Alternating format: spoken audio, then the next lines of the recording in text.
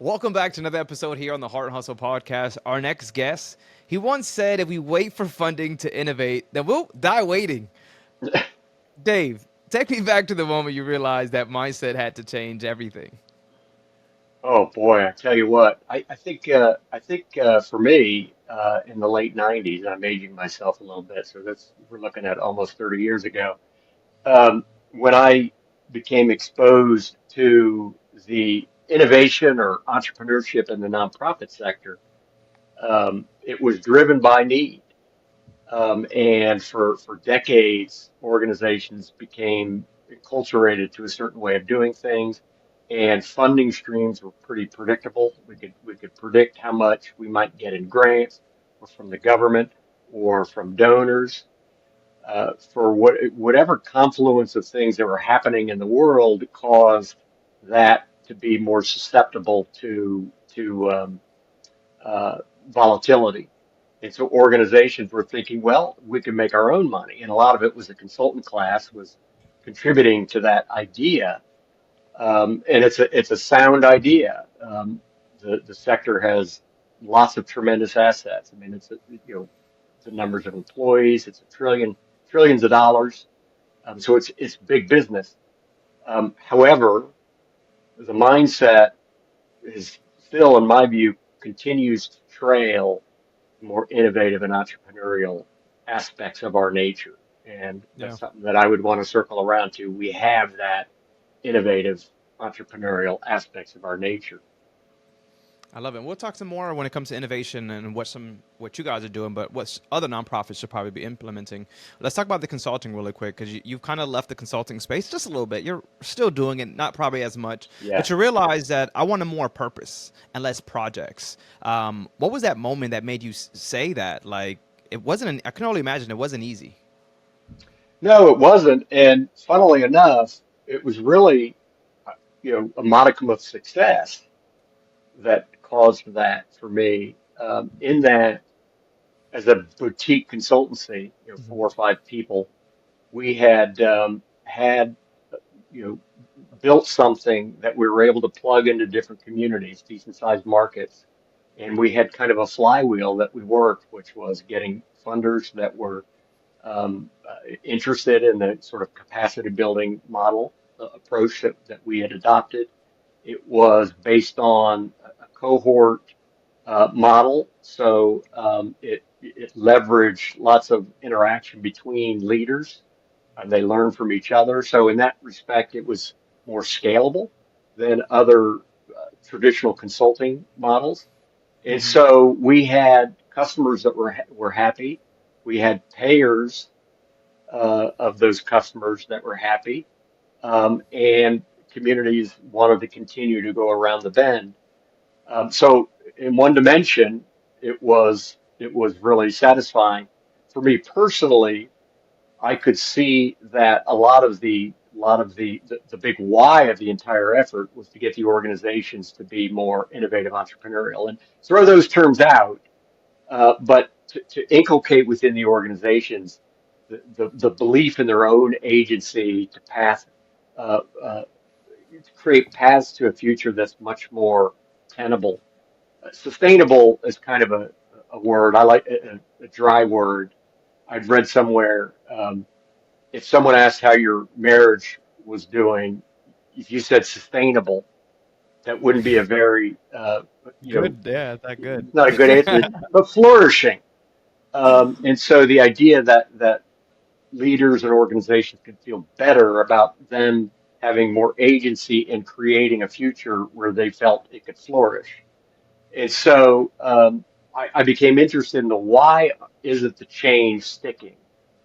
And what I put my finger on was kind of the mindset. And it was a mindset that had become kind of enculturated to it can only be this way. And there's only so much we can do. And it wasn't a mindset of there are enormous possibilities. Yes, we have constraints. And oh, by the way, constraints are critically necessary for true creativity and innovation. And so let's embrace those constraints and continue to work against them to see what we're able to create. And so I became interested and curious. It was curious about working upstream. And so what happened was I sold that consultancy and started another consultancy. Quickly realized, you know what, I don't want to build another business. That 15, 20 year slog, I wouldn't not do it, but now, I'm in my, you know, early mid 50s by then. And it's like, I can't, I don't have 15, 20 years. Um, so I continued to work with a few organizations under the model of like a fractional executive around Yeah. strategy and innovation. And one of those customers said, "Would you like to? We'd like to have you come in inside the organization." I said, "Absolutely not." That was my immediate reaction. And by the end of that 60-minute Zoom call, I was an employee of that organization. Well, I had to go through the procedure, but Yeah, I yeah, had yeah. said yes. So, and it's been a wonderful experience to be inside of Evergreen Life Services for it'll actually it's about 4 years tomorrow. So happy Congrats, man. Four-year anniversary to me. anniversary. Yeah, Yeah. happy anniversary to you. Listen, we'll talk about that too. We'll talk about you getting into that role. I really want to talk about some things that you've been mentioning. You mentioned mindset maybe 5 times. Before we Yeah. get on, you talk about scarcity. To me, it's a big thing, the mindset. It allows me to really move differently, think differently. Why is that so important to you? Where did you realize the mindset was so important to you as well? I think it was kind of a slow creeping kind of realization because when I moved from the one approach to another, the new approach was very much about human behavior and Hmm. behavioral science. And so I did spend a lot, a early partner was a social psychologist, and to really get deep into understand it. And for me, it was a realization of how much little I knew. I mean, I was sort of Yeah. just freestyling my way through human relations, like most of us do. But now I wanted to understand much more fully, and not just in one dimension. So one particular theory that Hmm. the consultant class or academics had said this is one theory, but to understand as much as possible multiple theories. And it's one of those things where as soon as you pull on a string, you realize there are thousands of other strings to pull on, and if you're not disciplined in managing your time, you could just lose yourself in that investigation. It's one of those where you lose track of time. Yeah. And then there's a writer, author. He used to be, I think, in part of the CIA or something. A guy named Shane Parrish, and he has a podcast. I don't know what it's called, Farnham Street or something. And he said, sooner or later, you realize it all comes down to mindset. And that was just said, with such certainty that I thought, okay, I want to go deeper with mindset. So I read, Carol Dweck's book on mindset, growth mindset, So I got growth a better mindset. question. You said that. Is there a moment in your life that you recall the mindset actually being the thing that you had to focus on? Oh my gosh, I tell you, Efrain, that's a daily realization. And so I can't quite put my finger on it. I can look back, and I don't have any regrets per se, but I can look back and say my mindset was really fixed and limited during those Okay. moments. And oh Yep. boy, if I had that mindset, this mindset now, what what what might that have meant? Again, I don't want to I frame agree. that as regret, but it causes me to realize when I'm in the right mindset, if you will, to pause for a second. How am I framing this? How am I Yeah. viewing this? And oh, by the way, you'll be interested in this. Um, because mindset is such a common thing now, it's become more common. And so people will have adjective mindset, whatever mindset, books now with something mindset. I've begun a running list and I'm almost to 500. And they're not things I make up or think maybe but it's things I witness. And so I was for a few years and I'm like up to 500. So mindset, the idea of mindset, I think is becoming, sort of infiltrating our cultural framework or thinking. Is So it yeah. is so I think I it's was so just powerful. if the Heart and Hustle podcast has ever sparked any idea or made you think differently, do us a favor. Make sure to guys share this, post it on LinkedIn, or even text that nonprofit friend that you just have. Whatever works, this is what keeps the conversation going and allows us to just grow this community together. Seriously, we appreciate you. I was just talking to another leader earlier, and I think the pandemic really shifted that process, that thought process. Because in reality, we weren't talking about the mind, we weren't having these conversations so open, and now we will. We don't mind talking about anxiety and the way we feel mentally, Yes. and the shift and all that. And I think we're finding so many more people that want to be tuned into themselves.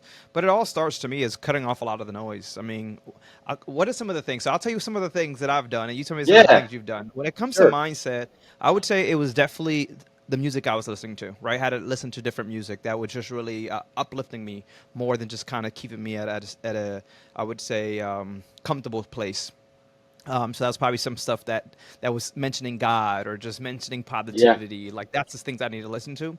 Some of the other things was I stopped picking up friends' phone calls, right? Because a lot of the times I would hear like, "Oh, how's your small business doing?" And that was already kind of belittling what I was doing, right? Yeah. And maybe they didn't see it like that. Right. But when you're in a building phase, the mindset is everything. So all those Yeah. little things, people just dinging you, really does play a part. It was doing more things that I love. And some leaders always share that to me. That looks like going outside and playing with plants. All right, I have 50 plus plants, Dave. Don't judge me, but I have 50 plants, man, and that's what releases me and just allows me to almost kind of escape from reality. Wrestling, I love WWE, so that's my escape from Yeah. reality. Doing things that I don't have to think too hard, because once you start to think on the things you really got to be doing, or maybe it's a financial situation, maybe it's a personal situation, you could easily just be in a black hole. And I've seen that so many times with friends where I'm like, what were you doing? And that's like, I can't even think. I'm not eating. I'm not doing Yeah. X, Y, Z. So that's just some of the things that I was doing to kind of fix a mindset. But everybody's a little bit different. Dave, for you, what does that look like? Yeah. Well, no, that's a terrific question, Efrain. I'm a reader, and so I like to do lots of reading. And one thing that I do want to dwell on, and some of it was it reminded listening to me, excuse me, listening to you. We talk about it's an act of willpower, and I really think so much is an act of structure. And Mm-hmm. so the things you rostered off, I'm assuming you had to sort of bake those in your calendar as non-negotiable. So it Correct. becomes a structural thing. It's just on my calendar. I'm going to follow it, and you've kind of built it into the structure of Yep. your day. Similarly, for me, if I don't hold a time or a space as sacrosanct, and so I use time blocking now, as opposed to some of the other ways of calendaring. I'll block off enough time to go deep. And that for me is where I get some of my bliss, to get Mm-hmm. immersed in something I'm curious about. We live in such a hurry up world, knock these things off your agenda, busy, busy, busy. But to allow for that 2 to 3 hours, where sometimes when I talk to people about that, and if they ask for my advice, maybe make that recommendation. I could never do that. Oh, really? Why not? I mean, that I don't right have there, time. that right there, well, that right there is to stop and dwell on for a second. Is it really impossible? And how have you let things get such that you're not able to say, in my own day, in my own calendar, in the course of a week, I can't block off a couple, two, three areas to have that Yep. deep refreshment? And so that's one thing. I'm big on trying to, well, not trying to, but building into my day, getting out in the woods, and Okay.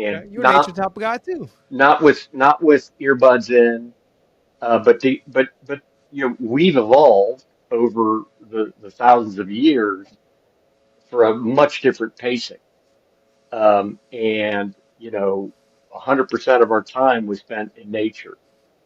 And so that's what we're habituated to, and it must be on some pheromonal molecular level that's our equilibrium. And so, things of that sort. I'm a big experimenter. Let me try out this and see what that Yeah, does. you got to. Uh, That's the Got only way we to. know. Yeah. One of the things you mentioned I'll tap into would be the calendar or just that structure. Um, that was huge for me because I wasn't an organized person. Structured, my calendar wasn't as structured as it is today. And now I teach people how to use their calendar, how to set Really? up, because time is everything. So if you're not using, like to me, I use Calendly and I don't have to send you anything. It's automated on the back end, right? It would notify you. Today you probably got a notification Yeah. that we were meeting in 10 minutes, right? Or we're meeting in 24 hours. And I always say people don't do that part of that's just the little things. That The would little save you so things. much time to then go back and read or go back into nature when things are automated and you have a structured calendar. So I love that you said that because those were one of the things that I had to really really work on is working on my calendar and working on those time slots and sticking to it because that was also the work life balance for myself and for my family, right? Showing up to the things that really matter because we Yeah. also got to remember to when we're working on a mindset, we still got to show up to the things that Still got to matter. show up. Family, 100%. right? So structuring that organization, time blocks. I love that you said that. That is huge, huge, huge. And I think some people just need to do that. Is block those times out, structure your day. Well, Efrain, you've mentioned a couple of times the little things. And of course, there's the cliche, the little things add up. And things become cliches largely because they're true. Hmm. But it also works on a different level in that you feel cumulatively, you feel like, in fact, I do have more control. I am able to do these little things, and that sort of shifts you over to a little bit of a different mindset. Yeah. Despite all the chaos in our world collectively, wherever, and it's, by and large, it's always going to be chaotic on some level. Hmm. There are some things we can't control, and by taking that control, it builds some momentum on what else am I able to insist. And again, that's an individual thing. We have that power to insist this piece has got to be that way. Now, yeah, there are all sorts of, unpacking that, there are all sorts of it's all contextual, but I think more often than not, and it's a subconscious thing, we just figure there's nothing to be done about it. Yep. And Yep. it can contribute to that sort of there's only so much we can do mindset. I love how we started before people didn't even see before we got on. We were already talking about mindset and we were on Right. there. Then we bring it up here because I said, let's start the conversation, man. Because these are things that people like. We talk about the little things and we're dropping gems here. These are things that people can just pick up and start doing today, right? There's And it's a there's no choice. It's a money. choice. It's a It's a choice, choice, and it 100%. doesn't cost anything. But You're sometimes right. I feel like the conversations do justice. This conversation, people may watch it and hear something like, "Oh, I never thought about that," or "You know what? Today's the day I'm going to start that." Which is why I love to have these conversations with different leaders because it shows that all the leaders we're all the same, right? We're human at the Hmm. end of the day. Hmm. We all go through imposter syndrome at some point in our lives because the mindset has to be reset, Yeah. right? And I want that leader that is probably sitting here, especially with everything that's happening in the world and so many cuts happening within different organizations, whether Yeah. that's the nonprofit healthcare, that it could play a toll in the way that we are actually thinking. Right. And hopefully these conversations actually resonate with them. But I want to kind of Well, get back to what you're doing today. You're at Evergreen, which wasn't just another job for you. Almost kind of an inside move because you were kind of, already there in a sense, right? You helping yeah. out. What did you see that made you believe that this was the battleground worth actually showing up for, where you decided I was going to do less consulting and actually more execution on the nonprofit side? So it's Evergreen Life Services, and we work with individuals with intellectual developmental disabilities, and we have a very large footprint, 7 states, and we have close to 2,000 employees and work with around 1,300 individuals across those 7 states. And you know, for me, because in the couple of decades leading up to this engagement, I recognize that it's a much deeper, broad task. It's not a workshop. It's not a 6 month engagement. It's not a year Hmm. engagement, but it's deep, in the dirt cultural work. Yeah. And the way I phrase it is cultivating the conditions for flourishing on all fronts. And so that's the individuals we serve, that's the individuals that we employ, the majority of our workforce does not make through our what we're able to pay them does not make anything close to a livable wage.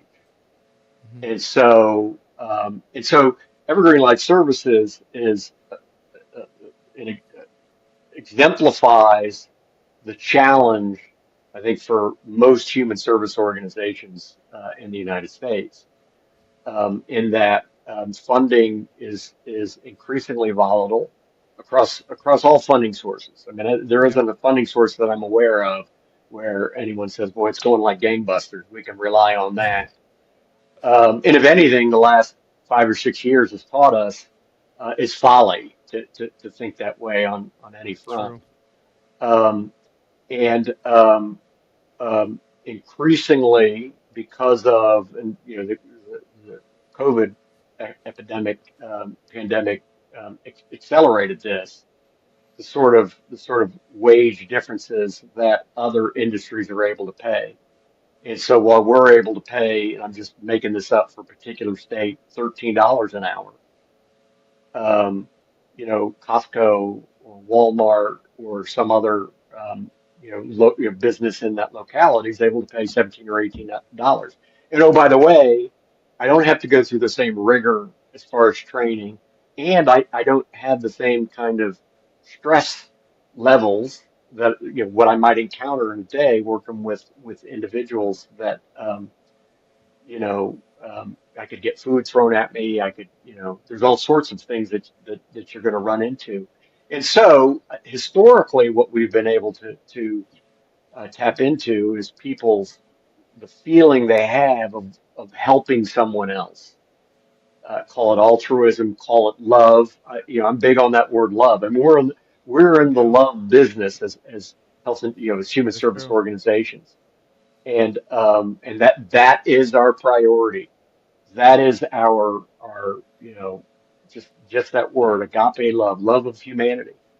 And what we find is if we have cultivated the right conditions, the right culture, supported them as much as we can in all aspects of the lived reality that they have, that then that kind of feeling of connectedness and love to the people they're serving kicks in, and it becomes a how can I not do this? And so now there's a lot there, and none of that happens with flips of switches. And Not at all. so that to me is such a beautiful challenge. I can't think of another organization that represents all aspects of that challenge. And the CEO has been a mentor to me, and she's a transformational leader. Sue Buckholz is her name, Dr. Sue Buckholz, and she's been a what I call a serial social entrepreneur. So this is the fourth organization that I've known that she's been CEO of Wow. over the years. For a reason, So right? Everyone wants yeah, it. well, and so it's provided me, there's the recognition that this is not a Jack and the Beanstalk thing, where Hmm. something that you're doing is going to yield the type of results that you see tomorrow, but it's a long term, again, cultivating the conditions. And so, yeah, I mean, So I ask you, man. I remember. Well, I'm pretty sure you've heard this before. Everyone says fail forward, but that's kind mhm. of not a nonprofit's the case. We should not be failing forward. Failure can mean funding cuts. So how do you actually lead people to take risk when the system is actually punishes the very thing it praises? Yeah, boy, that's an interesting one. I mean, the more, I'm sure you'll agree with this. It's more dangerous to have the rhetoric of failure is okay, but have a system when in fact it's not. Um, True. and so it's don't say it if you don't mean it. And so we have the entire process from a strategy and innovation front. It's all dialogue driven, 100% dialogue driven. And what we've set up is kind of I'm going to call it an incubator, but mechanisms to try something out on a very small scale, minimum viable service or minimum viable product. And, a key question for me is when an idea comes in and, there's always, sometimes we crank the request for ideas and all these ideas come in. And so that's a good thing. Um, but a key question is this testable? Can we test this? Or do Hmm. we have to make all of this investment, time, energy, money, whatever it may be, just to get it out into the world? Then we find out. And so, secondary research and data from history, even if it's last month's data, can only tell you so much. So we try to, on a really small scale, get something out into the light of day to see how it goes. And so if it doesn't go, it's a very Yep. minimal risk. And so we've kind of built into the system, allowing for that kind of slack, if you will. Um, but you know, to the extent we birth something into the world, you're right. We don't have the kind of luxury that and I'm speaking generally across the nonprofit sector. We don't have that Hmm. kind of the same luxury that corporations do, and it's expected within corporations. However, um, I'm a big believer in dialogue with your donors and supporters around the whys and wherefores of trialing and testing things and buying into the need to push the envelope on some fronts. Um, when you're reliant on federal dollars like Medicaid, you don't have any wiggle room with that. Yeah. It's a process. I was thinking you mentioned the word risk, and I think that right now a lot of organizations are taking risk. Risk being with AI, because even though people are in fear of the word AI, people also realize that we need it, right? That's just kind of where we're at today. Innovation, when it's like social media all over again. People said, "Hey, this is the future," and social media is the future, right? That's where everybody gets their news and their highlights. And now we're talking about AI. People saying the same thing. It's the future. Do you guys see your organization implementing some of these AI tools? I think last time we spoke, you said you guys may have already started on some things. Yeah, I mean, so in our world, because of, I'll just start with like the challenge as far as workforce. I Hmm. mean, just looking at the demographics and birth rates, we're not going to have enough people to care for the people that are going to enter into the aging care system. Yep. And so, any which way you look at it, there are challenges. And so, um, technology can alleviate some of that. So, smart home technology, for example, which any smart home uh, technology provider, the question any of us ask is, how is AI embedded in this? What is your AI strategy? So a lot of it is quizzing our providers, our technology providers, as to their um, not just embedding AI in, but how is AI at the forefront of your strategy and your thinking about Yeah. the evolution of your offering. So if we're going to align ourselves with you in a 3-year contract, we want to make sure that you're keeping up with the Joneses, so to speak. Hmm. And so that's one aspect of it is scrutinizing our providers, but then also just in terms of our care work. I mean, how can we use technology to lighten the load from a clinical perspective, using AI to write reports, to have reminders on different things for our higher functioning clients, to use AI in smart home technology and enabling technology to allow them to be more self-directed without having to have a person there all the time, Yep. which can kind of reduce the workforce load.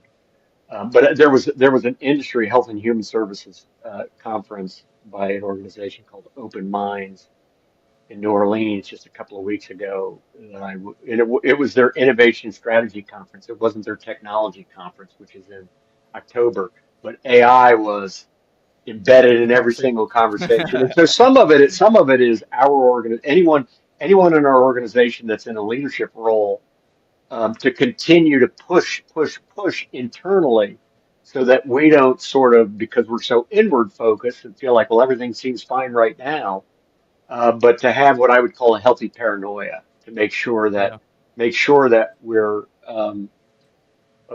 not just aware of it and versed in it in terms of understanding how it can, impact what we're doing, but also for us to be sort of on the balls of our feet to think creatively about how we can implement it. Already in some of the innovation lab work that we're doing, and me being in my, later 50s, the old school guy in me is like, no, no, no, this should take 2 weeks.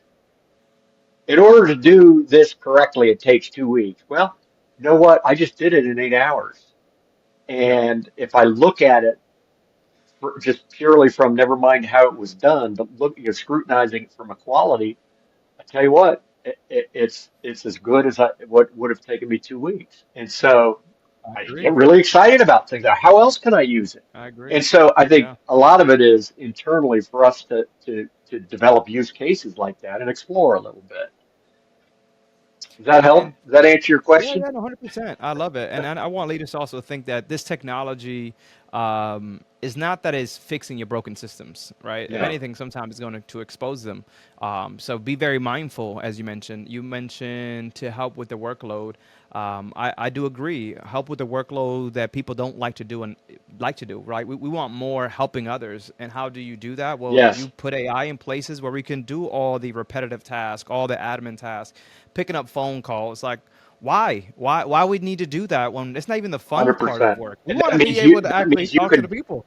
well, and we can do that much more mission work, and Yeah, that's what we're 100%. about. And yeah, and there's a lot to be scared of right now in our world, but, and Yeah. I'm not, I mean, two things can be true at the same time. I'm not dismissing the nature of what Hmm. we're experiencing, but there's always something to be scared of.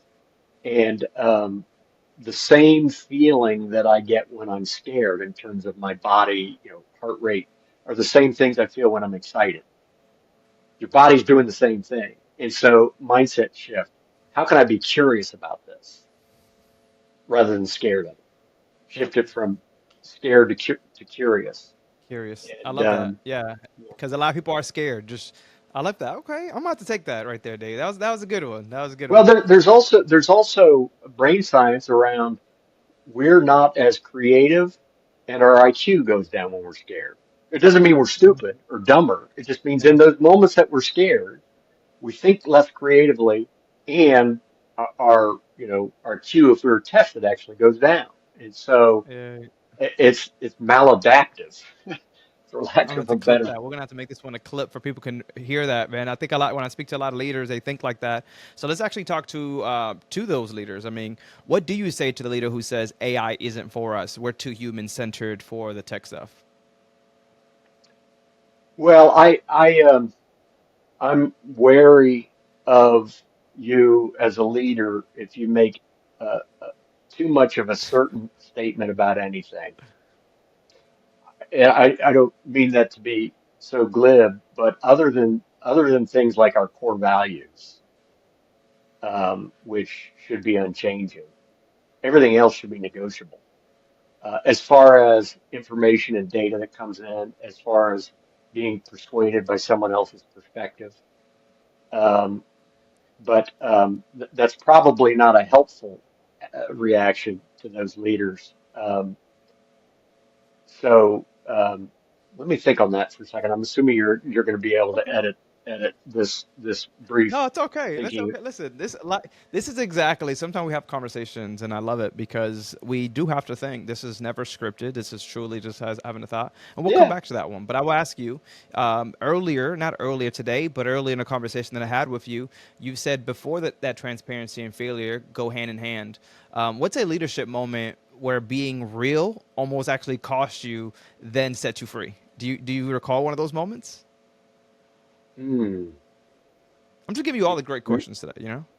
Yeah, being real cost me, but also set me free. Almost cost you. Almost cost me. I have to. I don't know that I can go into particulars with this, but with Sue Buckholz, our CEO, in one-on-one conversations, I've been clear about my own. I don't want to say core values because it's not that's it's more. Well, it's a tough one. You're a great I made you you're think. It wasn't going to be easy. You thought it was going to be easy you're today? no, that's a great. No, I love it. I love it. Well, this is how we grow. I mean, this is how we grow. This is one of those moments I would have put in ChatGPT. Can you help me out with this one? Well, Listen, there's in an also, instant, we got an I answer back. also, I'm also the sort that I'm a digester. Stuff comes to me later, and I'm like, oh, that's what I should have said. So you'll be at the dinner table like, oh my God, this is what I should have told Efrain, but I didn't tell him. It I, happens to me too. Like, I tell you, my initial gut reaction is, sadly, I can think of too many times where I might have been more gutless and didn't have the courage, um, and didn't say or do whatever I believed, but sort of took the easy way out and just yeah. stuffed it. I mean, I love you being honest as well because not enough people will be honest with themselves. But yeah, sometimes you are in those moments and you don't think about it till after the fact. I should have done this, man. Why didn't I? And that's just kind of life for us, man. It's to me, it's always a learning lesson. And one thing about life is that even when you fail, there's something to learn. Even when 100%. you fail, there's something to learn, Dave. And so many times I see people fail, and I give you an example. I wouldn't say he failed, but my neighbor gets let go from his job, cold turkey, right? And I, me thinking positive, I had to let him know, hey, one day in a couple of months, you're gonna be thinking that same person that got you fired.